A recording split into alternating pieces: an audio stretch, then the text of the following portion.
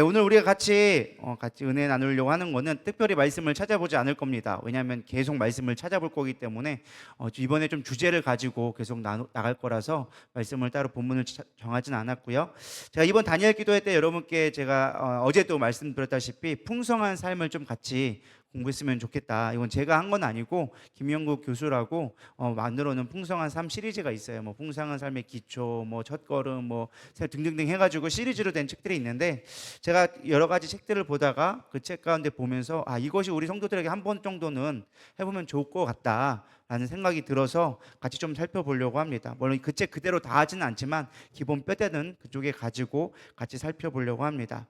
그래서 우리가 어제 주일날 뭐 청년부들은 못하겠지만 어저께 우리 작년부 예배 때 구원에 대해서 같이 좀 살펴봤습니다. 도대체 구원 받는다는 게 뭐냐, 우리가 천국 가는 거라고 쉽게 생각하는데 그것이 아니라 어떻게 하면 우리가 하나님의 뜻 가운데 더 합당하게 살 것인가. 쉽게 말하면 구원이 뭐예요? 그리스도인이 된다는 것은 예수님이 내 삶의 주인이 되어지고 나는 죽고 예수로 사는 삶이 그리스도인이 되는 것이다. 많은 사람들이 구원받았다라는 것을 죽어서 천국 가거나 이 땅에서 잘 먹고 형통하기 위한 도구로서 구원받는 것을 생각할 때가 많이 있다라는 것입니다. 그래서 예수님을 믿는다라는 건 한마디로 정의하면 내 삶의 주인이 예수님이 되는 것, 그게 그리스도인이다. 근데 많은 사람들이 이 그리스도인이 된다라는 의미를 잘못 알고 있기 때문에 우리 예수님의 그 원하시는 삶, 우리를 향한 계획들 가운데 살아가는 게 아니라 내 멋대로 살아가니까 예수 믿는다고 하지만 축복된 삶을 누리지 못하더라. 그래서 우리가 무엇보다 축복의 삶, 풍성한 삶을 살기 위해서는 예수님의 제자로서, 예수님을 따라가는 자로, 예수님이 내 삶의 주인 되어져서 온전하게 내 삶을 맡겨드리는 게 우리가 구원받은 자다라고 살펴보았습니다. 그래서 오늘은 두 번째로 믿음에 대해서 좀 살펴보려고 합니다. 여러분, 믿음, 사실 우리가 예수님을 잘 믿어야 됩니다. 믿으십니까? 교회 열심히 봉사하고 우리가 열심히 뭐 헌금하고 하는 것도 중요하지만, 예배 잘 드는 것도 중요하지만, 정말로 여러분들이 잘해야 되는 건 예수님을 잘 믿는 거예요. 믿으십니까? 어떤 목사님이 목회자들 세미나 하는데 이런 말씀을 하셨대요. 목사님들 목회 열심히 하지 마시고 예수님 잘 믿으세요. 이게 농담처럼 들리지만 정말 중요한 말이에요. 우리의 신앙생활하면서 가장 중요한 게 무엇이냐? 예수님을 잘 믿어야 돼요. 그게 내 믿음으로 믿는 게 아니라 진짜 예수님이 원하시는 대로 예수님을 믿고 살아가는 게 중요하다. 근데 우리가 예수님을 믿는다고 말은 하면서 믿음이 뭔지를 몰라. 그러니까 맨날 헤매고 있는 거예요. 그래서 오늘 너무나 여러분 잘 아시는 내용일 수도 있겠지만 다시 한번 믿음을 좀 점검해 보는 시간들로 우리 이 시간을 드렸으면 좋겠습니다. 많은 사람들이 예수를 오래 믿었는데도 불구하고, 교회를 오래 다녔음에도 불구하고 믿음이 깊어지지 않는 경우가 생각보다 많이 있습니다. 제가 오늘도 이게 한 집사님이 신방을 갔다 왔는데 그런 말을 했어요. 왜 다른 사람들은 빨리 갔는데 나는 꽤 오래 믿었는데 왜 안 자라냐고. 나는 뭐 이렇게 늦게 깨닫는 것 같다고. 다른 사람은 빨리 깨닫는 것 같은데 나는 늦게 깨닫는 것 같다고. 이런 고백을 하는 거예요. 그래서 제가 얘기 드렸어요. 오래 다닌다고, 신앙의 짬밥이 오래됐다고 다 믿음이 좋아지는 건 아니다. 내가 찾고 주님을 구할 때 주님의 때가 열어져서 주님이 은혜를 주셔서 믿음을 내 가운데 하나님이 자라게 하시는 거지, 우리가 시간이 지났다고 무조건 짬밥이 차는 게 아니다. 그건 내가 찾아야 되고 때가 돼서 하나님을 간구할 때 되는 것이다. 그렇게 말씀을 드리고 왔었습니다. 맞습니다. 우리가 신앙생활 오래 했다고 신앙이 자라는 게 아니에요. 믿음이 자라나는 게 아니에요. 믿음은 오히려 시간이 지나면 지날수록 우리의 믿음이 변질될 우려가 훨씬 많아요. 이게 믿음에서 자라가야 되는데 자라가는 게 아니라 변질돼. 내 믿음이 점점점 풍성해지고 내 주장만 강해지지 하나님이 원하시는 믿음의 삶으로 살아가지 못할 때가 많다라는 것입니다. 그래서 먼저 좀 살펴볼게. 한국교회, 아니 우리 안에 있는 믿음에 대한 오해들을 좀 점검하고 갔으면 좋겠다. 가장 잘못된 여러 가지가 있겠지만 가장 대표적인 것 중에 하나가 무엇이냐? 이게 우리의 가지고 있는 토속적인 믿음과 연결되어져서 믿음이 판단되어진 경우가 있어요. 이게 무엇이냐? 한국 사람들이 가지고 있는 믿음하면 지성이면 감천이다. 우리의 정성이 부족해서 호박떡이 설었다. 이게 믿음이라 생각하는 거예요. 그러니까 믿음은 뭐다? 열심히 하는 거, 정성을 들여야 하는 거. 이게 뭐예요? 샤머니즘 관점에서 우리가 믿음을 해석했기 때문에 그런 거예요. 지성이면 감천이다. 내가 정성껏 하나님 앞에 기도하면 하나님이 들어주실 거다. 막 그러면서 옛날 목사님들이 강청하는 기도를 드려야 된다. 우리가 소리 높여 부르짖어야 된다. 라고 우리가 가르쳐 왔단 말이죠. 근데 사실 나의 정성과 열심으로 하나님의 마음을 움직이고 내 뜻대로 원하는 것으로 조정할 수 있다는 생각이 우리 안에 뿌리내려 있다 보니까 하나님 내가 이렇게 구했는데 왜 안 주세요라는 말이 나올 수밖에 없다라는 거예요. 그러니까 내가 하나님 기도했는데 왜 응답을 안 해줬어요? 그건 뭐예요? 내 뜻대로 움직이려는 의도가 나도 모르게 있다라는 거예요. 아무리 믿음이 좋아도 내 뜻대로 움직이려는 계획이 우리 안에 깔려져 있다라는 거예요. 그렇게 얘기하면 기분 나쁘긴 한데 내가 하나님을 움직일 마음 전혀 없었어요 라고 얘기하는데 나도 모르게 내 안에 그게 깔려 있는 거예요.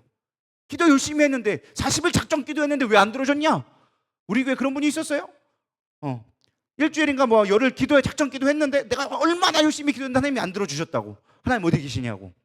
그럼 뭐예요? 내 믿음이 뭐에 속해 있는 거예요? 내 열심에, 내 지성이면 감천이다 이거에 꽂혀 있는 거예요. 우린 열심히 믿고 세게 믿으면 하나님이 해주실 것이라는 믿음이 우리 안에 깊이 뿌리내려져 있어요. 그러면 이게 우리가 벗어나야 될 방법 중에 잘못된 오해 중에 하나예요. 하나님은요 우리가 열심히 했다고 해서 들어주는 분이 아니에요. 하나님의 뜻에 맞아야 들어주시는 것이. 믿으십니까? 내 거 아무리 자식이 아무리 뭐 차를 살라고 예를 들어서 초등학생이 나 학교 가기 너무 힘들어 차 사주려고 막 때를 쓴다고 생각해 보세요. 여러분 주시겠어요? 차 사주겠어요? 왜 안 사줘? 때 쓰는데 필요하다는데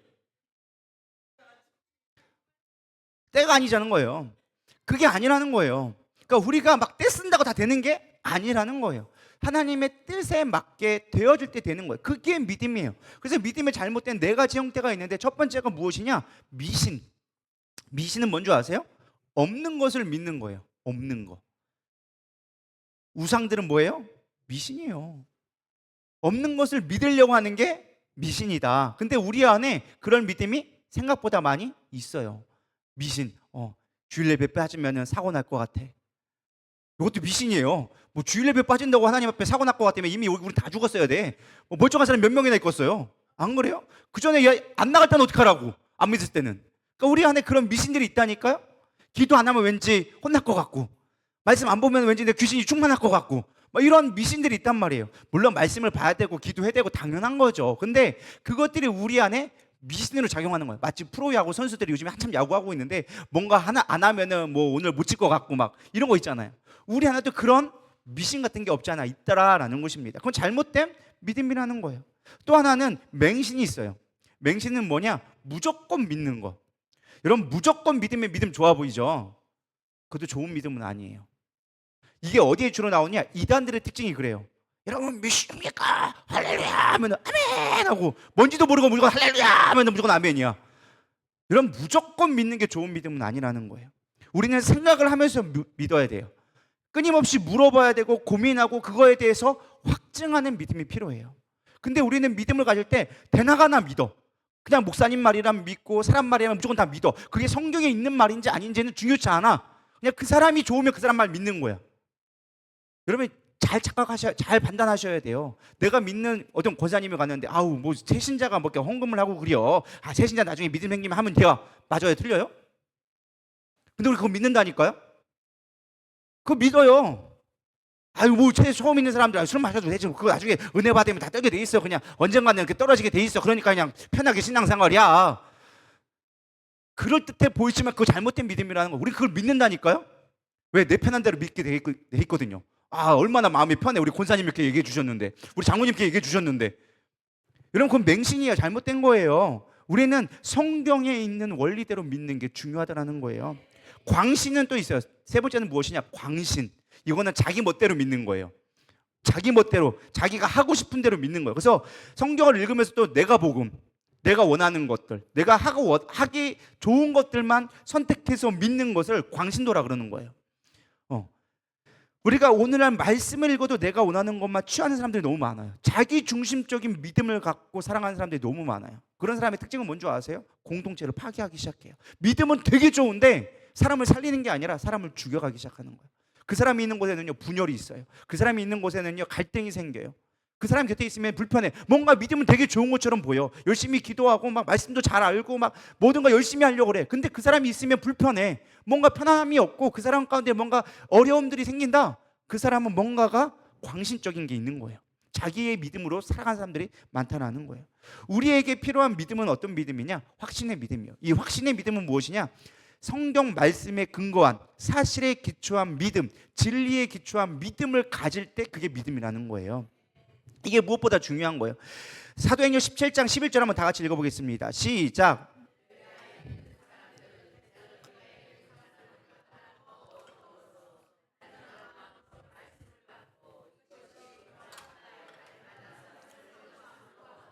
자, 성경에 뭐라냐? 베레아 사람들이 있는데 그들의 마음이 너그러워서 간절한 마음으로 뭐였다? 말씀을 받았고, 이것이 그러한가 날마다 뭐였다? 성경을 상고하였다. 상이 생각한다라는 거예요. 고가 깊이 있게 고찰한다는 거예요. 생각을 깊이 있게 고민해서 그 말씀이 진짜로 하나님의 말씀인가를 생각했다라는 거예요. 여러분, 그게 되게 보면 믿음 없어 보이는 것처럼 보이잖아요. 아, 하나님, 목사님이 말씀하고 설교했는데 왜 그걸 믿어야지? 그걸 뭘 의심하고 그래? 여러분, 그거 잘못된 판단이에요. 사실 목사가 아무리 설교했어도 여러분들 의심해 볼 수 있어야 돼요.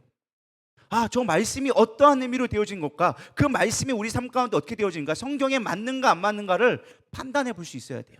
그렇다고 목사 설교를 무조건 이건 목사님 틀린 것 같은데 이건 틀린 것 같아요, 그 사람은 말씀을 받는 게 아니에요. 온화한 마음으로 받는 게 아니라, 간절한 마음으로 받는 게 아니라 너 뭐 틀렸나 검사하는 거지, 그거는 말씀을 받는 게 아니야. 말씀을 받았다는 건 그 말씀이 내 안에서 어떻게 역사될지를 생각해 보라는 거예요. 그래서 여러분, 원래는요, 말씀을 가장 좋은 건 목사가 설교하기 전에 본문을 여러분들이 묵상해 보고 어느 정도 학습하고 깨닫고 그 다음에 와야 더 은혜가 되어져요. 아, 우리 목사님 이렇게 말씀을 봤네? 아, 내가 이런 부분에서 놓치고 있었네? 하나님의 뜻이 이것이었네? 상고되어지기 시작할 때 말씀이 내 안에 믿음으로 역사되기 시작하는 거예요. 우리의 믿음은 내 생각이 아니에요. 내 판단이 아니에요. 성경 말씀에 무엇을 얘기하고 있는가를 내가 받아들이는가가 중요한 거예요. 성경 말씀이 진리라는 걸 받아들이는 게 믿음이지 내 생각으로 판단하라는 게 아니에요. 믿으십니까? 그래서 참된 믿음은 진리와 사실에 근거한 믿음으로 가고 내가 믿고 싶은 대로 믿는 것이 아니다라는 것을 깨달아야 되는 거예요. 한국 교회에서 가장 조금 흔하게 좀 문제됐던 것 중에 하나가 긍정적인 사고, 긍정의 힘, 조엘 오스틴이 얘기했던 그것이 한때 유행을 했었어요. 여러분, 신앙은 무조건적으로 긍정적인 게 좋은 신앙이 아니에요. 물론 우리가 믿는 자는 긍정적으로 변할 수밖에 없어요. 왜? 하나님 앞에 맡기니까. 내 삶에 문제가 있다 할지라도 하나님의 선하심을 믿으니까 우리가 긍정적으로 바라볼 수 있는 결과는 나올 수 있지만, 내가 무조건 잘 될 거야, 아, 대학 갈 줄 믿습니다, 꿈은 이루어집니다, 하나님 집 주실 걸 믿습니다, 무조건 건강 다 나을 걸 믿습니다, 이거는 좋은 믿음은 아니라는 거예요.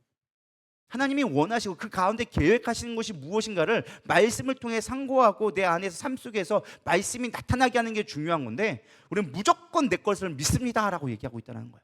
그거는 잘못된 믿음이 될 수 있다는 거예요. 믿음은 내가 원하는 것이 아니라 하나님이 행하신 일과 행하실 것을 믿는 게 믿음이에요. 말씀에 근거한 믿음이 진짜 믿음이지, 내 중심의 믿음은 잘못된 믿음이다라는 것입니다.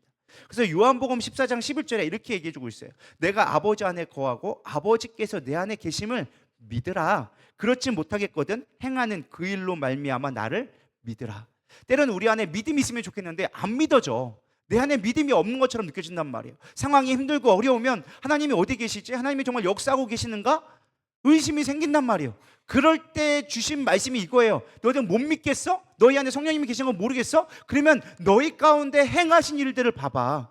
그거 못 믿겠어? 그러면 성경 속에서 하나님이 어떻게 하셨는지 살펴봐봐. 그럴 때 너희가 믿음이 생기게 되어질 거야. 그래서 믿음은 하나님이 하시는 것, 말씀을 통해서 깨달아지고 그것이 내 삶 가운데 이루어지는 것을 믿어야 된다는 거예요. 그래서 경험적인 믿음이 되어져야 하는 거예요. 이 경험이라는 게 내가 하고 싶은 경험이 아니라 말씀이 응답되어지는 것을 경험하게 되어지는 거예요. 여러분, 머리 아플 때 뭐 먹어요?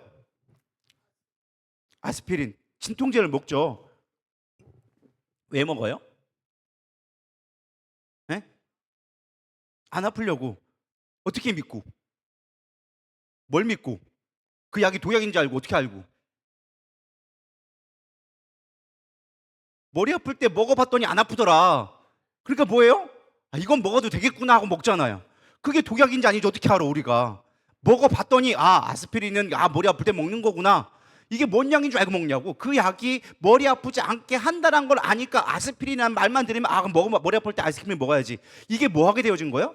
경험적으로 알게 되어진 거예요. 지식적인 근거를 가지고 내가 경험해 봤더니 안 아프더라. 그래서 내가 아플 때는 이걸 먹으면 되는구나라는 거를 알잖아요. 그럼 당연히 그 다음에 힘들 때 머리 아플 때 뭐 먹어요? 아스피린을 먹는 거예요. 왜? 학습되어지고 경험되어지니까. 우리가 말씀이 그렇게 내 삶 가운데 하나님의 말씀이 살아있구나라는 걸 경험되어지는 것으로 우리가 믿어질 때 믿음을 자라기 시작하는 거예요. 그냥 내가 될 줄 믿습니다. 예를 들면 비타민 먹으면서 머리 아플 줄 믿습니다. 먹으면 나요, 안 나요? 안 나요. 가끔 어떤 사람은 플라시보 효과라고 해서 비타민 먹고 머리 났다고 하는 사람도 있긴 하는데 그건 우리의 그 신념이 그런 거고, 원래는 비타민 먹어서 머리 아픈 게 안 나는 게 정상이에요. 이해가 되시죠?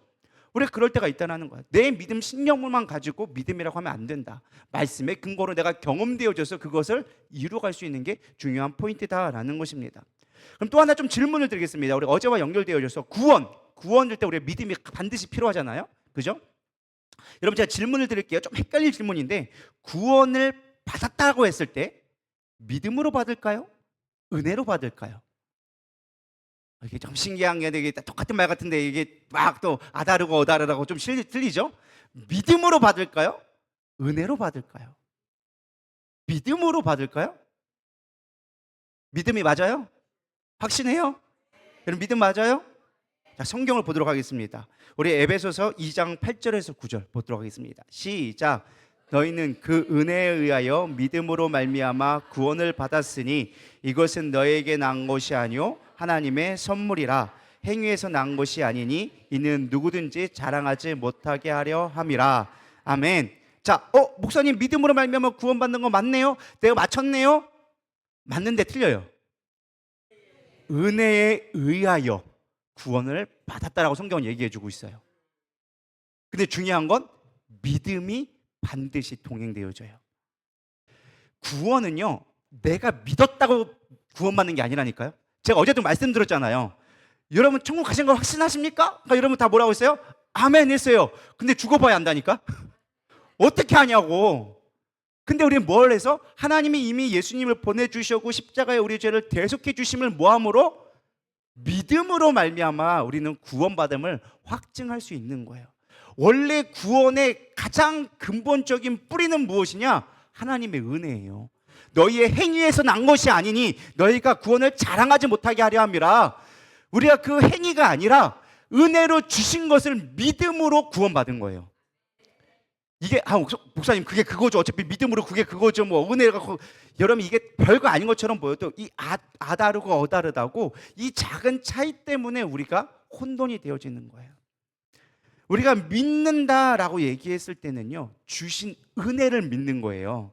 근데 이 앞에를 쏙 빼먹고 믿음으로 구원받는다고 하면 자칫 그게 틀린 말은 아니지만 내 믿음으로 구원받는다고 착각하는 거예요. 성경은 읽어. 야, 너희의 행위로 구원받는 게 아니야. 그렇죠. 우리 행위로 아니고 하나님의 절대적인 주권이에요. 말은 하는데 실제 생활 가운데 믿음의 삶 가운데 내 믿음으로 우리는 구원받는다고 착각할 때가 너무 많다라는 거예요. 내가 열심히 믿었어? 내가 열심히 예배드렸어? 열심히 섬겼으니까 그게 우리의 믿음이라고 착각하고, 그렇기 때문에 난 열심히 신앙생활을 했기 때문에, 교회 생활을 했기 때문에 구원받았다라고 착각하는 거예요. 근데 사대교회 봐보세요. 열심히 예배드리고 열심히 섬겼지만 성경에 뭐라고 나와 있어요? 이 안에 구원받은 자가 적다라고 얘기해주고 있단 말이에요. 몇만 명이나 되는데 그 안에 구원받은 자가 적다. 찾아볼 만큼 손에 꼽을 만큼 적다라고 얘기해주고 있어요. 왜요? 예배 드리는 게 우리의 구원이 아니거든요. 예배는 구원받은 자가 드려야 할 당연한 원리일 뿐이지 예배가 우리 구원의 통로가 아니에요. 믿으십니까? 이미 십자가로 죽어주신 그 은혜를 내가 믿을 때 구원인 거예요. 이해가 되시나요? 그러니까 예수님이 우리 가운데 은혜예요. 예수님을 믿는 게 우리의 믿음이지 내가 신실하다고 믿는 게 믿음이 아니라는 거예요. 여러분 이걸 분별할 수 있을 때 우리의 삶 가운데 문제들이 해결되기 시작하는 거예요. 근데 우리는 계속 내 믿음, 내 신뢰, 내 노력, 내 중심의 믿음이 가져 있으니까 그 구원의 출처가 나한테 있으니까 헷갈리는 소리를 하기 시작하는 거예요. 성경은 분명해요. 야, 구원은 너에서 난 게 아니야. 너의 믿음으로 난 게 아니라 내 은혜로 난 거야. 분별되나요? 우리 그 은혜로 주신 것을 믿음으로 반응할 때 나오는 거예요. 그래 구원받은 삶이 되기 시작하는 거예요. 출처가 어딘지를 분명히 해야 된다. 조금 더 제가 예를 들어볼게요. 조금 쉽게 비유를 한다면 내 밭에 지금 벼를 심어야 돼. 항상 농번기 됐잖아요. 벼를 심어야 돼. 벼를 심을 때 가장 필요한 게 뭘까요? 물 대는 게 제일 중요해요. 여러분 농사를 안 져보셨군요. 농사를 질 때 가장 중요한 게 농번기에는 물이 필요해요. 저 위에 저수지가 있어. 저수지에다 물을 끌어야 돼. 내 밭에 벼를 자라려면 뭐가 필요하냐? 저수지에서 물을 끌어와야 돼. 저수지에는 물이 넘쳐나. 근데 내 밭은 말라 있어. 그럼 뭐 해야 돼요? 수로를 만들어야겠죠. 물을 끌어와서 발전기를 돌리던 수로를 만들어내서 뭐 해야 돼요? 내 밭에 물을 대야 돼. 그래야 벼를 키울 수 있어. 자, 은혜는 이미 하나님이 만들어주신 저수지야. 근데 믿음은 뭐냐? 이 수로를 만드는 거예요. 이해가 되시나요? 이 밭은 내 삶이야. 내 삶 가운데 풍성한 열매를 맺으려면 뭐가 필요한 거예요? 물을 대야 돼. 그 물을 대는 통로가 뭐다? 믿음이다. 이해되시죠? 물을 대야 되는 거야. 믿음으로 물을 대야 내 삶이 풍성해지고 내가 먹고 살 수가 있다는 거예요. 근데 중요한 건 저수지가 있어야 되는 거예요. 아무리 내가 수로를 만들어도 저수지가 없으면 돼요, 안 돼요? 안 돼요. 이해가 좀 되시나요? 은혜는 뭐냐? 주님이 이미 우리 가운데 주시는 구원의 능력이라는 거예요. 근데 우리가 그걸 믿어서 수로를 만들면 믿음의 크기를 키우는 만큼 내 논에 물대기가 쉬워요? 어려워요? 쉬워요. 믿음이 키워질수록 내 삶은 풍성해질 수 있는 거예요. 고생하지 않는 거예요. 근데 믿음의 수로가 째만해. 그럼 어떻게 될까요? 물 대다 끝내. 막 맨날 물만 대다가 말라버려. 좀 찬 것 같은데 보면 또 말라있네. 그때 뭐 해야 돼요? 믿음을 키워야 되는 거예요. 그래야 내 삶이 변화되기 시작하는 거예요. 이렇게 쉽게 설명하기가 쉽지가 않은데 이해가 되실려나 모르겠네요. 할렐루야. 이게 믿음이다. 그러니까 믿음은 그냥 내가 열심히 한다고 되는 게 아니에요. 열심히 수로 닦는다고 해도 저수지하고 연결이 안 되면 절대 물 안 나와요. 이해가 되시죠? 그러니까 우리가 열심히 믿음을 해야 되는데, 믿지 말라는 얘기가 아니라 열심히 노력해야 되는데, 그 믿음의 근거가 저수지를 향해서 파갈 때 은혜가 있는 것이지, 저수지와 상관없이 열심히 땅 파봐 되나? 안 된다라는 거예요. 물의 근원이 어디 있는가를 알아야 내 삶이 바뀌기 시작하는 거예요. 우리 신앙생활 하는데 믿음은 좋은 것처럼 보이는데, 말씀도 많이 알고 뭔가 기도도 많이 하는데 뭔가가 안 풀린다. 그럼 여러분, 뭔가가 믿음에 있어서 잘못 삽질을 하고 있다는 거예요. 믿음은 있는 것 같은데 안 된다? 뭔가 잘못된 믿음으로 향해 가고 있기 때문에 그렇다는 거예요. 우리는 구원의 은혜가 어디서 온다? 주님한테 온다. 예수님이 나의 은혜다라는 것을 깨달아야 그때부터 바뀌기 시작해요. 되게 쉬운 말인데 깨닫기는 어려운 말이에요. 이걸 깨달으면 바뀌게 되어질 거고, 이걸 못 깨달으면 여전히 삽질하고 있을 거예요. 그건 여러분들의 하기 나름에 달려 있어요. 내가 무엇을 믿는가 잘 생각해 볼 수 있기를 소망합니다. 그렇다면 믿음의 본질은 무엇이냐? 아까도 얘기했지만 하나님께서 주시는 선물을 받는 거예요. 그 선물이 우리를 향한 구원과 우리를 거룩하게 하는 것과 여러 가지 성경에 우리에게 약속해 주신 양자되게 하는 것들, 수없이 많은 축복들을 내가 믿는 거예요. 받아들이는 거예요. 그 믿음을 은혜로, 감사함으로 받아들일 때 우리의 삶이 바뀌기 시작하는 거예요. 하나님이 우리 하신 일들이 너무 많죠. 죄를 위해 죽을 수밖에 없었던 우리를 위해서 대신 죽어주시고, 우리를 용납하시고 특별한 존재로 자녀에 삼아주시고, 공동체의 교회를 주셔서 그 교회 안에서 믿음을 지켜갈 수 있도록, 구원의 완성을 이룰 수 있도록 우리 삶 가운데 모든 것을 해주신 분이 하나님이라는 거예요. 우리는 그것을 뭐예요? 믿음으로 받아들이는 거예요. 교회에 왜 나와야 되는데요? 우리의 구원의 완성을 하기 위해 하나님이 주신 선물이기 때문에 우리는 교회에 나가야 되는 거예요. 교회 공동체가 되어줘야 되는 거예요. 그리스도의 몸이 되어줘야 되는 거예요. 이 영적인 원리가 깨달아져야 교회가 소중하고. 우리 젊은 친구들이 가장 고민하는 게 뭐예요? 교회는 왜 나와야 되는데요? 맨날 똑같은 얘기만 듣고 있고, 맨날 목사님은 혼자서 막 열받아가지고 혼자 하고 있고, 왜 모르는 사람도 와가지고 혼자서 막 울고 있고, 찬양을 하는 것까진 좋아. 그래, 젊은 애들은 찬양까진 좋아. 근데 찬양 끝나고 나면 다 졸고 있어. 대부분이 그래. 찬양까진 좋아요. 아유 신나네요. 아이고 막 드럼 치고 신나네요. 거긴 좋은데 말씀 시작하면 그때부터 졸리기 시작해. 주님은 사랑하는 자에게 잠을 주시는도다 막 그러면서 열심히 자고 있단 말이야. 나랑 상관없는 얘기처럼 보이거든. 왜요? 하나님에 대해서 온전히 모르고, 믿음에 대해서 모르고, 하나님의 교회를 향한 계획을 모르니까, 이 교회에 대한 가치관이 없으니까 교회가 얼마나 예배가 사랑스러운 건지, 이 교회가 얼마나 소중한 건지를 깨달아야 된다라는 거예요. 그럼 조금 더 심도 있는 질문, 비슷한 질문이지만 조금 문제를 바꿔서 질문하면, 여러분 믿음은 개인의 결단으로부터 나올까요? 아니면 하나님이 부어주셔야 할까요? 부어주셔야 될까요? 그럼 여러분은 아무것도 안 해도 될까요? 애매하죠. 이것도 또 우리가 당연하게 생각하는데 당연한 게 아닌 것들이 참 많아요. 이 부분을 좀 잘 정리가 돼야 여러분들도 어떻게 믿음 생활을 해야 될지를 좀 결정이 될 것 같아요. 개인의 결단, 개인의 결단만 있으면 될까요? 아니에요. 이게 사실 되게 쉬운데 어려운 게 여러분 정리되지 않은 부분 중에 하나일 것 같은데, 좀 정리하면 이렇게 될 수 있어요. 로마서 1장 17절 우리 말씀 볼까요? 시작. 복음에는 하나님의 의가 나타나서 믿음으로 믿음에 이르게 하나니 기록된 바 오직 의인은 믿음으로 말미암아 살리라 함과 같으니라. 알듯한데 모르는 말이에요.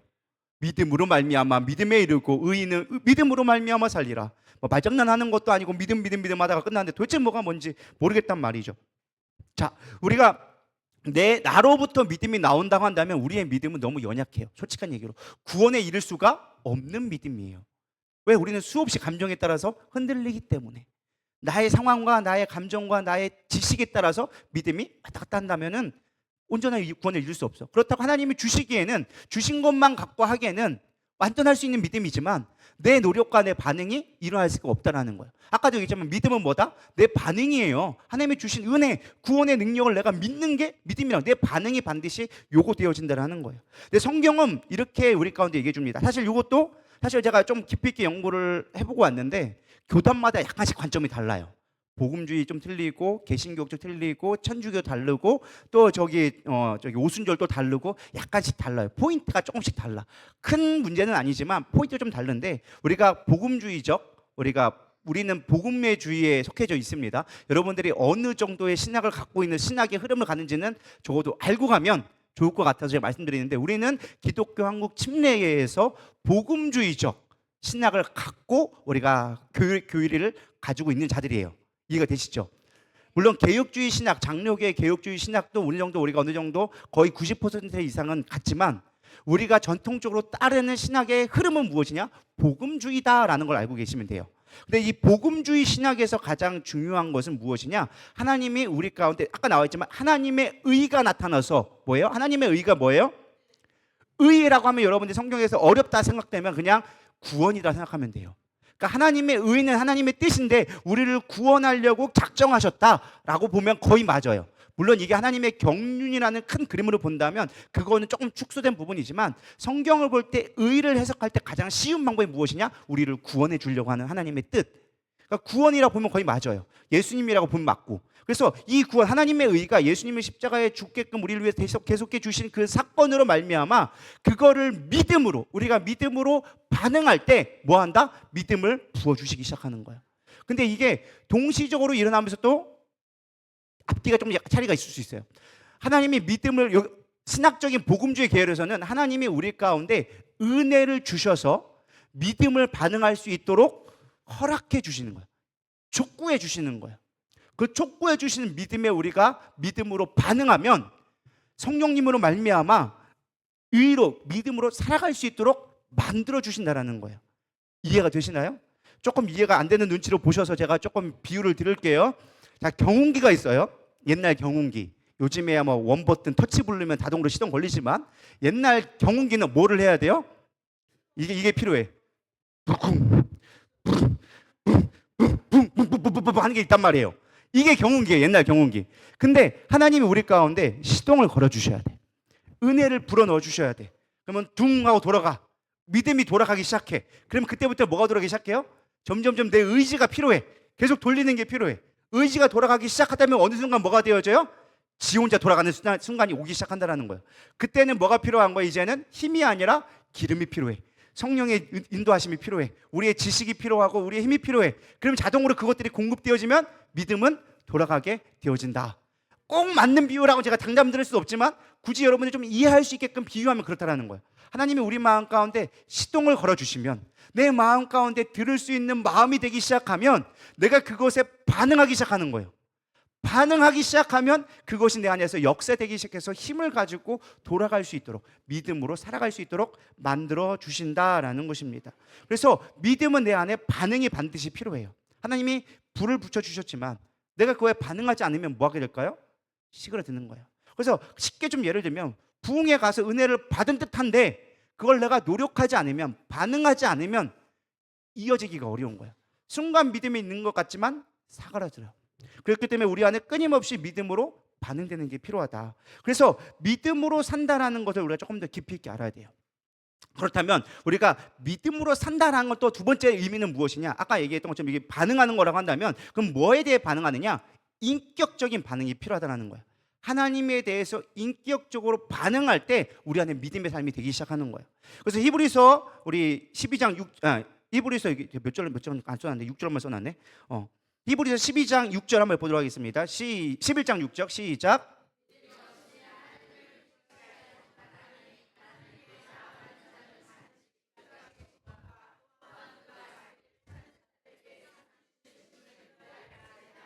자, 여기 보면 두 가지 반응이 나와요. 첫 번째는 하나님이 계신 것. 이 계시다라는 의미가 되게 중요해요. 우리가 하나님을 믿지만 내 삶 가운데 존재한다라는 인식이 없이는 믿음이 나오기 어렵다라는 거예요. 이론적으로 아는 추상적인 어떠한 저 공간 안에 있는 게 아니라 내 안에 살아 역사하고 계시다라는 게 믿어질 때 믿음이 나오기 시작하는 거예요. 이게 되게 미묘한 차이인데 중요한 포인트예요. 하나님이 내 안에 역사하고 있다, 살아 계신다라는 게 내 안에 경험되어졌을 때, 그것들이 인격적으로 다가와질 때 믿음은 나타나기 시작하는 거예요. 반응되기 시작한다라는 거예요.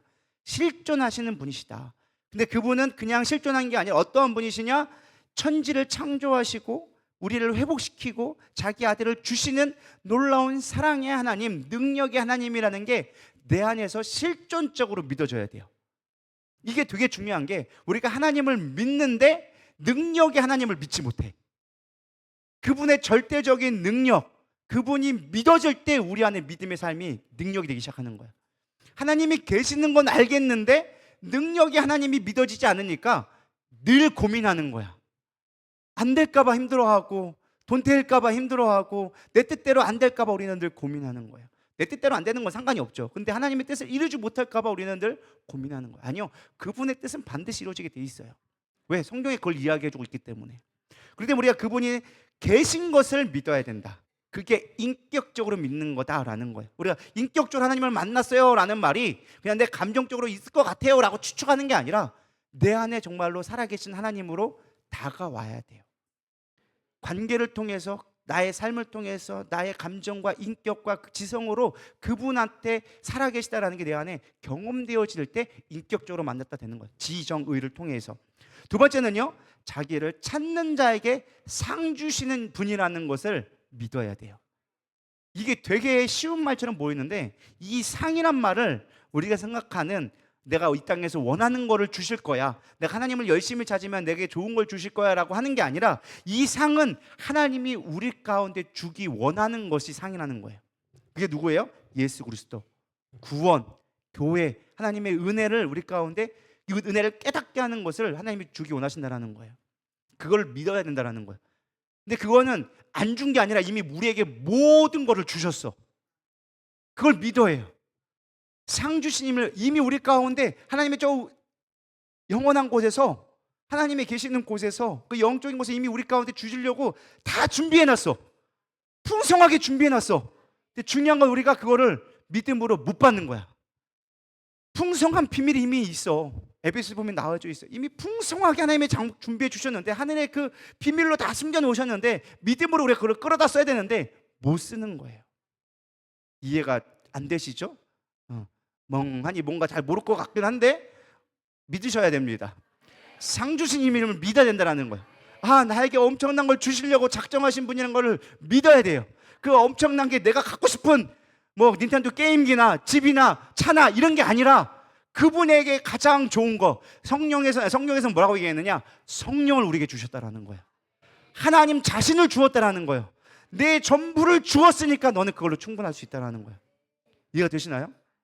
이게 깨달아지면 은혜고 안 깨달아지면 여전히 헤맬 수밖에 없다. 그건 여러분들이 잘 고민해 보시기 바랍니다. 그렇다면 우리가 가장 중요한 결론, 믿음으로 살아가는 게 무엇이냐? 결론이라고 해서 끝이 아니에요. 우리 다윤이 어저께 얘기하더라고요. 결론 낸다고 했는데 왜 안 끝났느냐? 아직도 15분이 더 갔더라. 왜 이렇게 길게 가느냐? 언제 결론이냐? 진짜 결론은 뭐냐? 이게 우리 끊임없이 저에게 오는 피드백이에요. 결론이라서 그 결론이 아니에요. 중요한 포인트라는 거지. 제가 끝낼게요 할 때까지 끝난 게 아니에요. 어쨌든 아시겠죠? 그래서 믿음으로 사는 건 도대체 무엇이냐? 우리가 가장 중요한 믿음을 사는 게 무엇이냐? 어떻게 하면 우리가 믿음으로 살아갈 수 있느냐 했을 때 가장 잘 나와주는 말씀 중에 하나가 마태복음 8장 11절에 15절 말씀이 나와져 있어요. 여기 보기 나와져 있어요. 여러분 잘 알고 있는 밭의 비유가 나와져 있어요. 씨 뿌리는 비유. 여기에 네 개의 밭이 나오죠. 첫 번째 밭은 뭐였어요? 길가에 뿌려진 씨가 있어요. 길가는요, 말씀을, 이 씨앗은 뭐라고 성경에 뭐라고 했느냐? 하나님의 말씀이라고 성경에 분명히 예수님이 가르쳐주고 있어요. 야, 씨앗은 뭐냐? 하나님의 말씀이야 라고 됐는데, 우리가 생각할 때 이 말씀을 생각할 때 네 가지 종류가 비유했을 때 각각의, 제가 지난번에 설교했었지만은 각각의 인간의 스타일을 얘기하는 게 아니라는 거예요. 어떠한 신앙생활의 모습을 얘기하는 게 아니라는 거예요. 이거는 우리 인간의 마음의 상태, 한 개인의 아니면 공동체의 마음의 상태를 얘기하는 거예요. 그러니까 때로는 돌밭이 될 수도 있고, 때로는 가시밭이 될 수도 있고, 때로는 옥토밭이 될 수도 있다라는 거예요. 그러니까 저 사람은 믿음이 별로 없는 것 같네. 그러니까 아직까지는 길가에 있는 것 같아. 저 사람은 어떤 사람 때면 돌밭에 있는 것 같아. 좀 믿음이 있는 것 같은데 금방 시드네. 그렇게 케이스 바이 케이스가 아니라 우리 마음 가운데 그 마음의 상태를 얘기한다라는 거예요. 이해가 되시죠? 그러니까 이게 내 마음에 그 네 가지가 다 공존할 수 있다라는 거예요. 이해가 되시죠? 한쪽은 가시밭이고, 한쪽은 돌밭이고, 한쪽은 뭐 길가고, 한쪽은 옥토밭일 수도 있다라는 거예요. 중요한 게 마음의 태도를 얘기하는 건데, 이 태도를 얘기했어요. 길가는요, 말씀을 듣자마자 사라져 버리는 경우예요. 이런 사람의 특징은 뭘까요? 말씀을 안 듣기로 작정한 사람들이 이런 사람의 특징이에요. 예배 시간에 핸드폰 보고 있고, 딴 생각하고 있고, 뭔가 내 마음 가운데 허황된 공상 속에 빠져 있는 사람들이 길가에 있는 사람들이에요. 사단이 와가지고 생각을, 말씀을 탁탁 채가. 내 안에 말씀이 심겨져요, 안 심겨져요? 전혀 심겨지지 않아요. 말씀은 뿌려졌어. 여기 이미 말씀이 지금 뿌려지고 있어요, 안 뿌려지고 있어요? 어쨌든 이 목사를 통해서 지금 말씀이 뿌려지고 있어. 근데 이 가운데 또 지금 여러분 가운데 말씀을 듣는 것처럼 저를 보고 있지만 생각은 저 하늘에 떠 있는 사람도 있어.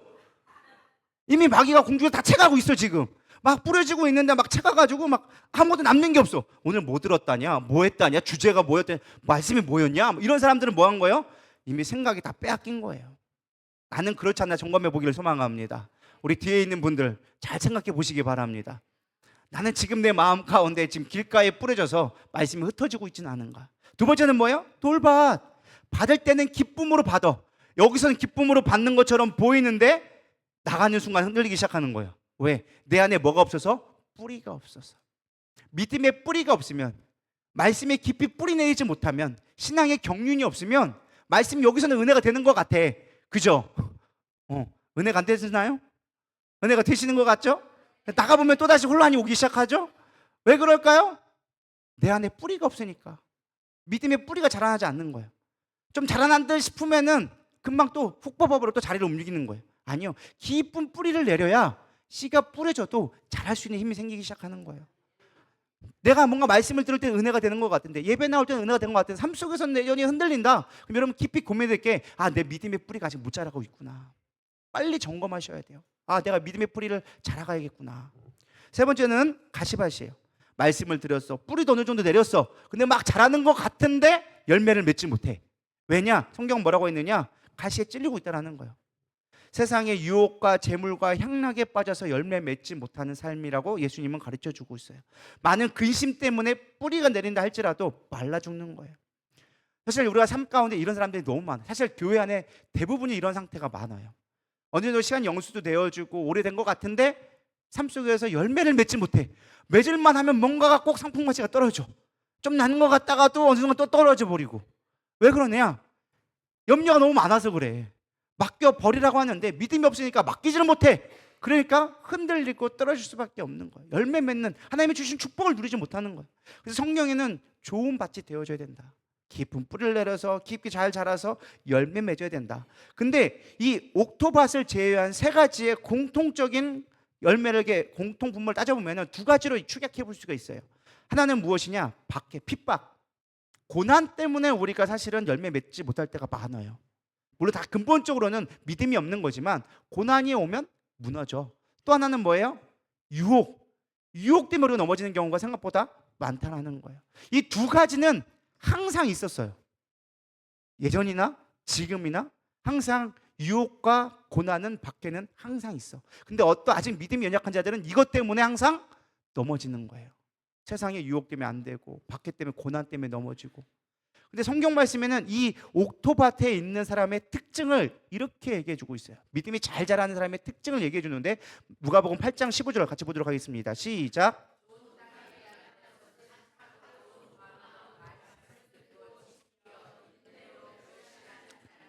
자, 믿음으로 살아가는 세 가지 스텝을 얘기해 주는데, 첫 번째는 좋은 마음으로 말씀을 들어야 된다. 좋은 마음이 뭘까요? 듣고자 하는 마음이 있어야 돼요. 아무리 예배당에 앉혀놔도 듣고자 하는 마음이 없으면 안 된다는 거예요. 우리 뒤에 있는 상엽이와 상민아, 듣고자 하는 마음이 있어야 은혜도 임하는 거야. 앉아만 있다고 이 자리에 은혜가 임하는 게 아니야. 하나님이 널 만지시려면 마음을 열어야 돼. 내가 듣고자 하는 마음이 있어야 그때야 비로소 깨달아질 마음이 있는 거야. 목사님 무슨 말 했는지 다 아는데요? 아는 거하고 내가 마음에 받는 거하고는 다른 차원이에요. 지식의 문제와 믿음의 역사는 다른 문제예요. 받으려는 마음에 상고하는 마음이 있어야 되고, 주님의 마음을 사모하는 마음이 있어야 되고, 그 말씀대로 내가 살겠다는 의지를 가지고 들을 때 말씀이 믿음으로 자라나기 시작하는 거예요. 근데 우리가 말씀을 듣는데 내가 무슨 말씀을 들었는지 여러분들이 기억하지 못한다? 잘 안 들은 거예요, 솔직한 얘기로. 여러분 집에 갔을 때 오늘 내가 들은 말씀이 생각이 안 났다? 죄송스럽지만은 돌밭에 뿌려진 말씀밖에 안 되는 거예요. 내가 말씀을 받겠다는 의지로 가면 삶 속에서 그 말씀이 떠올라서 그게 살기 위해서 몸부림쳐야 되는 거예요. 그래서 두 번째 스텝이 무엇이냐? 지키라라는 거예요. 믿음은 말씀을 듣고 믿음으로 반응해서 살기 위해 지켜내는 게 믿음이에요. 깨달았어. 아멘. 아우 목사님 오늘 은혜 받았어요. 믿음대로 살아야죠. 할렐루야. 그리고 집에 가가지고 목사님 뭔 얘기했다냐? 뭔가 얘기는 했는데, 뭔가 은혜는 됐는데 뭔 얘기했는지 동체 생각이 안 나. 까마귀가 왔다 갔나? 까마귀 먹었나? 나이 먹어서 그런가? 아니요. 내 마음 가운데 지키고자 하는 마음이 없으니까 안 들으는 거예요. 여러분 10만 원 준다고, 야 월요일 날 와, 내가 10만 원 줄게. 잊어버려요? 안 잊어버려요? 절대 안 잊어버려. 그거는 왜 잊어버려? 그건 잊어버리면 큰일 나지. 엄마, 내가 어머니 달라 가가지고 엄마한테 용돈 줄게. 엄마 기다리고 있어. 여러분 잊어버릴까 안 잊어버릴까요? 그날만 기다리고 있어. 이놈과 5일 뒤면 우리 딸내미가 온다고 했으니까 용돈 준다고 했으니까 내가 기다려야지. 그리고 왔는데 깜빡하고 밥만 사주고 그냥 가버렸네. 여러분 어떨 것 같아요? 밥 사준 거 의미 없어. 용돈 준다는데 왜 이놈 가시나? 왜 안 주고 가? 맞아요? 틀려요? 맞다니까요. 여러분 지켰다라는 게 이런 의미예요. 내가 말씀을 받았다고 한다면, 약속의 말씀을 받으면 그거를 내 마음에 품고 지키는 게 필요하다는 거예요. 살아내는 게 중요한 거예요. 왜 믿음이 안 자라는데요? 왜 그렇게 예배를 많이 들었는데 믿음이 안 자라는데요? 단 한 번도 믿음으로 지켜보려고 하지 않으니까. 제가 얘기했잖아요. 말씀은 고이면 썩는다. 여러분 듣는 거로 제발 끝내지 말아라. 삶으로 살아내기 위해 시도해봐라. 실패해도 좋다. 누군가에게 흘려보내봐라. 안 들어도 좋다. 듣든 아니 듣든 흘려봐라. 그리고 그럼 그대로 살아봐라. 되나 안 되나 그때서 우리가 해보자. 근데 우리는 살 의지 자체를 갖지 않아요. 믿음으로 반응하지 않았다는 거예요. 세 번째는 무엇이냐? 인내하라는 거예요. 아유 목사님 내가 말씀대로 해봤는데 안 되던데요? 남편한테 말씀 증거하라고 해봐서 정말 내가 오늘 붙잡고 큰맘 먹고 목사님 했던 말 그대로 했는데 너 나 믿으라고 하던데요? 뭐가 필요한 거예요? 인내해라. 여러분 씨앗 심어놓고서는 왜 열매 안 맺냐? 죽었나벼? 덮어버리면 어떻게 돼요? 끝나는 거예요. 열매 맺을 수가 없어요. 심어놓고 뭐 해야 돼요? 기다리고 인내해야 돼요. 지켜야 돼요. 물줄도 줘야 되고 햇빛도 줘야 되고 뭐 그늘막도 해줘야 되고 TV도 줘야 되고 지켜야 돼. 그러면 뭐 해야 돼요? 기다려야 돼. 이게 믿음의 원리라는 거예요. 여러분 말씀을 듣는 것으로 끝이 아니라, 물론 들으면서 남이지만 그 들음은 귀로 들린다라는 히어링이 아니라 리스닝이에요. 생각해서 그거를 받아들이는 거예요. 그래야 믿음이 자라나기 시작하는 거예요. 두 번째, 우리가 믿음으로 살기 위한 스텝은 무엇이냐? 보이는 것으로 살지 않고 보이지 않는 것으로 살아갈 때 믿음은 자라난다. 고린도후서 5장 7절 한번 읽어보겠습니다. 시작. 믿음을 살기 위해 가장 중요한 건 믿음으로 행해야 되고 보이는 것으로 행하지 않는 거예요. 살아갈 때 여러분들이 믿음으로 살아가야 돼요. 근데 우리는 보이는 것으로 살아가는 거에 익숙해져 있다라는 것입니다. 오감과 내 생활의 패턴에 익숙해진, 내 삶에 느껴지고 경험되어지고 이제까지 했던 그 보이는 것으로 살아가려 하기 때문에 문제가 생긴다라는 것입니다. 내가 정말 예수를 믿는다고 한다면 내가 어떠한 존재인지를 믿고 그 믿음을 가지고 살아가는 게 필요하다라는 것입니다. 우리가, 하나님은요, 우리의 삶의 믿음으로 반응하길 원하시지 보이는 대로 사는 걸 원하지 않는다는 거예요. 그래서 히브리서 12장 2절에 보면 믿음의 주요 온전케 하신 예수를 바라보자. 예수님 보여요, 안 보여요? 안 보여요. 뭐 예수님 2000년 전에 돌아가신 분 어떻게 볼 수가 있어? 눈으로 본다는 얘기가 아니죠. 뭔 말이에요? 마음으로 보라는 거예요. 특별히 말씀으로 우리가 하나님의 뜻과 하나님의 계획과 하나님의 살아계심을 믿음으로 보라는 거예요. 우리가 보이는 것으로 살 때 어떻게 되느냐? 느낌대로 살려고 할 때가 많아요. 예수 그리스도 안에서 축복은 보지 못하고 믿음으로 살아갔을 때 어떠한 결과가 올 것을 믿음의 눈으로 보지 못하고 지금 내가 경험되어졌던 것, 내가 살아왔던 패턴으로 우리는 해석하고 그대로 살려고 할 때가 많다는 거예요. 한 예를 들어볼까요? 여러분들이 보이는 대로 산다는 증거가 무엇이냐? 뭔가 마음이 울적해지고 세상이 힘들어진다. 그러면 믿음이 떨어지는 것 같아. 그럼 여러분 보이는 대로 사는 거예요. 믿음은 환경이 어려워도 주님 때문에 기쁨으로 살아갈 수 있는 게요. 그게 믿음의 삶이에요. 내가 무가치해 보이고 아무것도 아닌 것 같이 보여줘도 하나님은 내 존재, 너는 하나님의 자녀라는 자신감을 갖고 살아갈 수 있는 게 진짜 믿음의 사람이에요. 근데 우리는 내가 가진 거 없고 통장에 잔액이 떨어지면 믿음도 같이 떨어져. 그래야 그래, 안 그래요? 통장의 잔액과 나의 믿음은 거의 비례하는 것처럼 느껴지기 시작한단 말이에요. 거기다가 또 믿음 좋으면은 관리비가 올라가고 막 물가가 올라가고 뭔가 영수증이 많이 청구되기 시작하면 내 믿음도 같이 떨어지기 시작해. 제가 그래요. 교회 재정에 잔고가 떨어지기 시작하면 내 믿음도 떨어지기 시작하는 거야. 그러다가 잔고가 채워지기 시작하면 내 믿음도 올라가. 그래, 하나님이 채워주시지. 근데 잔고가 떨어지면은 내 믿음도 아이고 어떻게 하면 좋을까 고민이 되기 시작하는 거야. 보이는 대로 믿음이 이렇게 되는 거예요. 보이는 걸 믿을 것이 아니라 우리는 뭘 봐야 돼요? 채워진 잔고를 믿음으로 가는 거예요. 하나님이 지금까지 인도해 주셨는데, 지금껏 아무것도 없는데도 하나님이 이렇게 지금 우리 누리다교회를 축복해 주셨는데 지금껏 해오신 하나님이라면 내일도 못해 주실까? 그걸 가지고 우리는 믿음으로 하나님이 하실 일을 상상하며 가는 거예요. 제가 항상 중요한 게 뭐다? 영적인 상상력을 좀 가져라. 하나님이 어떻게 우리에게 하실 일들을 좀 꿈꾸며 가라. 그것이 이루어지고 아니고전 하나님의 계획 뜻이지만 믿음 안에서, 말씀 안에서 하나님이 주신 계획들을 꿈꾸며 갈 때 우리는 놀라운 삶을 살아가게 되어진다. 그것이 하나님, 내가 상상했는데 안 됐던데요? 나는 집 100평짜리 꿈꿨는데 안 됐던데요? 그건 욕심이고, 하나님의 뜻을 꿈꾸며 나갈 때 하나님이 이루어지는 것을 바라보라는 거예요.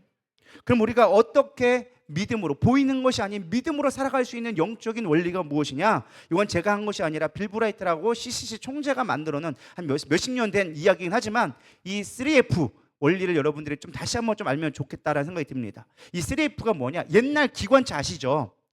앞에는 이게 기관차가 있어요. 증기기관차. 그 뒤에는 뭐가 있어요? 석탄이 있어요. 요즘에야 전기로 가고 막 정말 다 하지만 옛날에는 앞에 증기기관차가 있으면 그 뒤에는 반드시 그 다음 칸에 무조건 석탄이 있어야 돼요. 왜? 석탄을 집어넣어야 이게 불이 붙어가지고 힘을 받아서 끌고 가는 거예요. 그 뒤에 뭐가 있어요? 객실이 있어요. 이게 신앙의 원리다라고 그때 당시에는 이걸 비유를 든 거예요. 근데 이 첫 번째 화차, 첫 번째 기관차가 있어야 되는데 이것이 무엇이냐? 우리의 진리인 신 이성, 그러니까 말씀을 가지고 가야 된다. 이해가 되시나요? 가장 중에 기관차가 있는데 팩트가 중요하다는 거예요. 여기서는 사실 원어로 쓸 때는 팩트라고 썼는데 이걸 조금 더 우리 말로 표현하면 진리, 말씀이 우리 안에 기본이 되어줘야 된다. 그게 우리를 이끌어가는 힘이 되게 만들어야 된다는 거예요. 아무리 객실이 난리를 편다 할지라도 앞에서 기관차가 힘을 못 받으면 가요, 못 가요? 못 가요. 기관차가 움직이려면 뭐가 필요하냐? 말씀, 진리, 여기서는 팩트라고 얘기했는데 이게 필요하다는 거예요. 그리고 그 다음에 따라오는 게 무엇이냐? 이 석탄이 필요하단 말이에요. 석탄이 무엇이냐? 믿음인데 연료라는 거예요. 이 기관차가 움직일 수 있도록, 말씀이 우리 안에 움직일 수 있도록 뭐가 필요하냐? 믿음이 필요하다는 거예요. 믿음이란 연료를 떼어줘야 이게 말씀이 힘을 받아서 우리의 객실 원하는 것들을 끌고 간다는 거예요. 근데 이 객실이 무엇이냐? 객실은 우리의 체험과 느낌이라는 거예요. 그러니까 우리가 많은 사람들의 신앙생활을 하면서 감정이나 어떤 우리의 체험을 가끔은 너무 우상시하거나 너무 무시하는 경향이 있어요. 아니요, 감정은 중요해요. 왜? 우리가 실제적으로 찬양하다 보면 기뻐져.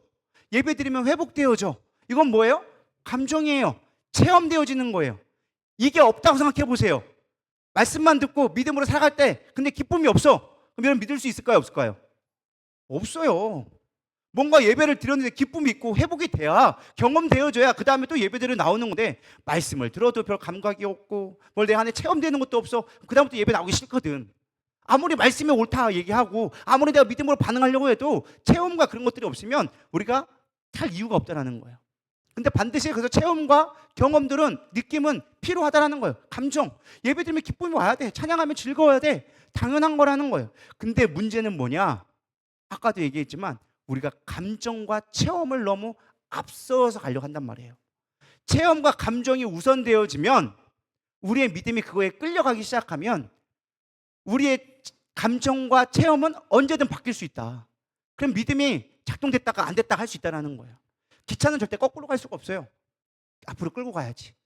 그래서 말씀을 근거로 우리가 믿음으로 반응할 때 우리의 감정과 체험들은 따라오게 되어진다. 이게 믿음으로 사는 원리다. 이해가 되시죠? 그래서 우리가 믿음에 사는 게 중요하다. 이제 진짜 결론입니다. 그래서 우리는 믿음을 사용해야 돼요. 믿음만 갖고 있어 봐야 안 된다. 사용해야 된다라는 거예요. 믿는다라는 건 하나님이 하신 일과 하실 일을 믿는 거예요. 그래서 내 삶 가운데 믿음의 도구를 사용해야 돼. 사용할 때 우리의 삶이 바뀌게 되어지고 풍성해지기 시작한다라는 거예요. 예를 들어서 힘든 게, 어려움이 왔어. 그럴 때 우리는 뭐 해야 돼요? 믿음을 사용해서 하나님을 구해야 되는 거예요. 하나님, 내게 힘든 일이 있습니다. 내가 혼자 할 수 없는 일입니다. 너무 버겁습니다. 하나님이 나를 도와줄 걸 믿습니다. 내 안에 살아계신 하나님, 나는 신뢰합니다. 믿음으로 고백하며, 내가 염려하고 두려워하는 것이 아니라 하나님의 나의 방법과 나의 생각을 초월하여 역사하실 것을 믿음으로 간구하며 고백할 때 우리의 삶 가운데 능력이 나오기 시작하는 거예요. 문제에 함몰되지 않아. 세상에 무너지지 않아. 기쁨으로 감당하며 하나님 앞에 맡기며 나갈 수 있다는 거예요. 신뢰할 때 우리 안에 자연스럽게 나오기 시작하는 거예요. 시편 42편 5절에 이렇게 얘기합니다. 내 영혼아, 내가 어찌하여 낙심하며 어찌하여 내 속에서 불안해하는가? 너는 하나님께 소망을 두라. 그가 나타나 도우심으로 말미암아 내가 여전히 찬송하리로다. 이게 히브리 문학에 참 재밌는 표현이 있는데, 자기를 인격화하는 게 있어요. 이 인격화라는 게 조금 분리시켜서 얘기하는 거예요. 야, 내 영혼아, 너 왜 두려워하고 염려하고 있어? 하나님 앞에 기도하고 소망을 두면 하나님이 널 도와주실 거 아닐 거야. 그러니 너는 두려워하지 마. 소망으로 살아가. 소망으로 살아가. 고백하는 거야. 그게 믿음이라는 거예요. 믿음은 소망을 이끌 수밖에 없어요. 믿으십니까? 믿음은 자기의 기쁘신 뜻을 위해서 우리 가운데 소망을 주는 게 믿음이에요. 믿음을 그래서 사용하셔야 돼요. 자식이 문제 속썩여, 남편이 속썩여, 경제적으로 힘들어, 건강이 문제야. 믿음을 사용하셔야 되는 거예요. 고쳐주면 좋겠겠니 이게 아니라 약속을 믿고 우리는 맡기는 거예요. 그 축복을 가져다 쓰는 거예요. 결과는 주님 앞에 맡기지만 믿음을 사용함으로 우리는 자유함을 누리게 되어지는 거예요. 요한복음 10장 얘기합니다. 내가 온 것은 양으로 생명을 얻게 하고 더 풍성히 얻게 하려 함이라. 생명으로 끝이 아니라 풍성하게 주님의 삶을 누리기 원하신다는 거예요. 믿음이 없으면 은혜가 작동될 수가 없어요. 우리는 은혜를, 오늘 목사님 말씀 좋았어요, 오늘 목사님 말씀 뭔가 동의가 돼요, 그게 은혜가 아니에요. 예수님이 은혜예요. 그 예수님이 내 안에서 살아있으려면 내가 말씀을 듣고 믿음으로 반응해야 되는 거예요. 반응하면 예수님이 내 안에서 살아나기 시작해요. 내 안에 능력이 나타나기 시작해요. 그때 우리 가운데 삶이 변화되기 시작하는 거예요. 여러분, 그 은혜를 풍성히 누리기를 소망합니다. 우리 교회 이름이 뭐예요? 누리다 교회. 예수를 누릴 수 있기를 소망합니다. 예수의 능력이 여러분 가운데 풍성해지기를 축복합니다. 우리 이 시간 좀 찬양하겠습니다. 내가 믿음으로 이겨나가리 고백하며 우리 기도로 나가도록 하겠습니다.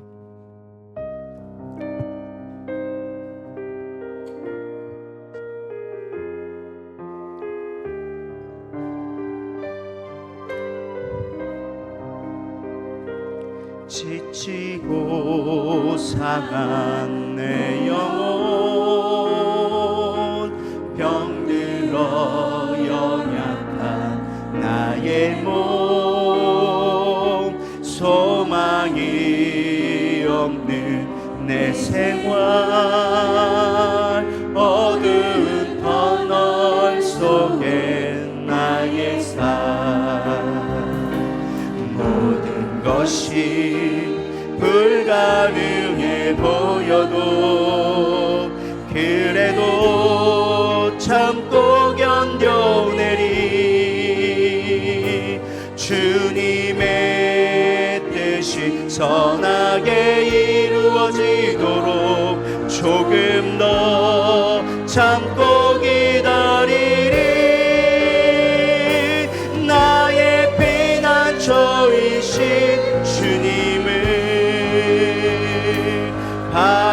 바라보며 나아가리 은혜의 힘으로 이겨나가리 믿음으로 이겨나가리 다시 한번 지치고 상한 내 영혼 병들어 연약한 나의 몸 소망이 없는 내 생활 어두운 터널 속에 나의 삶 지금은 소망이 없어 보여도 그래도 참고 견뎌내리 주님의 뜻이 선하게 이루어지도록 조금 더 참고 기다리리 나의 피난처이신 주님을 바라보며 나가리 은혜의 힘으로 이겨나가리 믿음으로 이겨나가리 지금은 소망이 없어 보여도 그래도 참고 견뎌내리 주님의 뜻이 선하게 이루어지도록 조금 더 참고 기다리리 나의 피난처이신 주님을 바라보며 나가리 은혜의 힘으로 이겨나가리 믿음으로 이겨나가리 우리 이 시간 기도할 때 하나님 내 안에 믿음을 다시 일으켜 주시옵소서. 주님이 우리에게 주신 그 은혜 십자가 대속의 은혜가 그저 머리로만 아는 아버지 구원의 능력이 아니라 내 삶의 구원의 능력이 되게 하여 주시옵소서. 내 안에 정말 살아계신 주님을 믿음으로 고백하게 하여 주시옵소서. 믿음으로 반응하여 주셔서 주님이 풍성히 준비하시는 그 놀라운 은혜를 내 삶 가운데 누리며 살아갈 수 있도록 인도하여 주시옵소서. 삶이 막막합니다. 보이는 대로 판단하고 우리는 보이는 것 때문에 낭망합니다. 그러나 보이는 것이 아닌 믿음으로 살아가게 하여 주시옵시고 인내하며 그 믿음을 사용함으로 하나님 나라를 이뤄갈 수 있는 우리의 삶이 되게 하여 주시옵소서. 우리 고백하는 마음으로 주여 세 번 부르며 간절히 기도하며 나가도록 하겠습니다. 기도하시겠습니다. 주여 주여 주여 하나님 우리 이 시간 믿음으로 기도하기를 원합니다. 우리 안에 연약한 모습들 너무나 많이 있습니다. 삶의 문제를 늘 두려워하며 염려하며 상실로 인하여서 아파하며 하나님 내게 이루어지지 않는 것들로 인하여서 염려함으로 아버지 살아갈 때가 너무나 많이 있습니다. 이번 단예교를 통하여서 다시금 믿음을 일어서게 하여 주시옵소서. 참된 소망을 가질 수 있도록 인도하여 주시옵소서.